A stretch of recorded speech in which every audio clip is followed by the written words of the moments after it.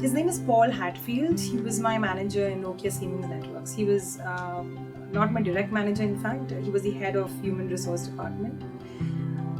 I have been in awe of his personality from day one. There was something about the day he entered, the way he spoke to each and every person in the team. He joined us in a very senior position, but he made sure that he met up with every single person smilingly. Growing up and till date, my inspiration is Princess Diana.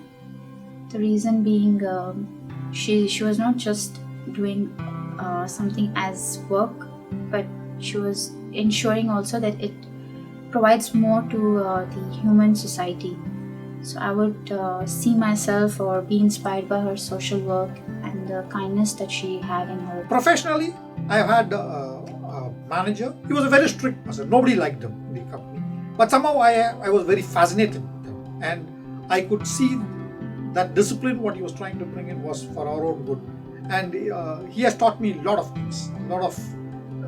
In fact, he has taught me how to do business, I would say.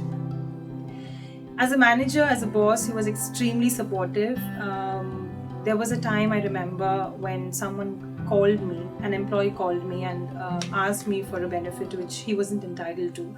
And I explained to him why, and before I could even complete the statement, the person said, it's not your job to think, just do it. I found it very offensive, slightly racist, because racist words were used in the statement, and I remember being just extremely shocked. And I remember going to this boss, talking about it, and the way he stood up for me is something that has inspired me and something that I carry with myself, when I have people reporting under me, to always remember what it matters, what it means to you when your boss stands up for you truly. So just asked me to calm down, so just leave your work, go take a walk, we'll deal with it later. And then he called this person who spoke to me, who was also in a very, very senior position, and kind of, made it very clear that forget about what the topic is. Never ever you're going to speak to any of my team member in that sense. And then, faced the situation squarely, spoke about it, and I felt that was brilliant. I once read a quote, and it was that the only real nobility is being better than your former self, not against anybody else. And I think that has stuck with me. I'm always, in a way, trying to see how I can be better than what I was. So my inspiration is trying to challenge my own self and trying to get out of my comfort zone as much as possible. One colleague who I would like to remember, or who will be there always in my memory, is Mr. Jens Gaussian. He was the managing director of the second company which employed me. So I got my offer letter, and then there were some issues with the employment, so I was not able to join. So 6 months later, when I came back to the same job, I told him, there's no job, it's already taken. He said, come over. So I went to meet him. Then later I understood it's turning out to be an interview.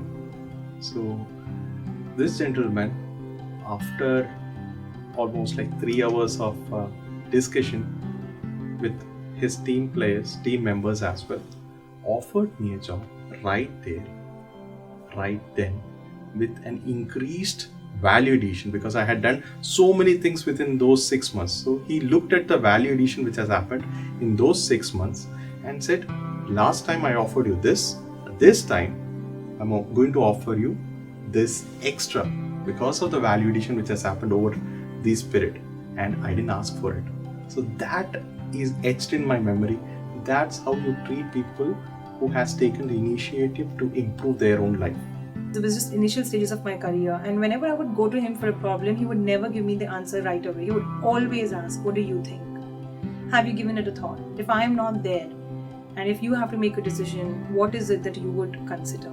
That kind of made me first realize that next time when I go to him, let me go up with solutions, and I follow that.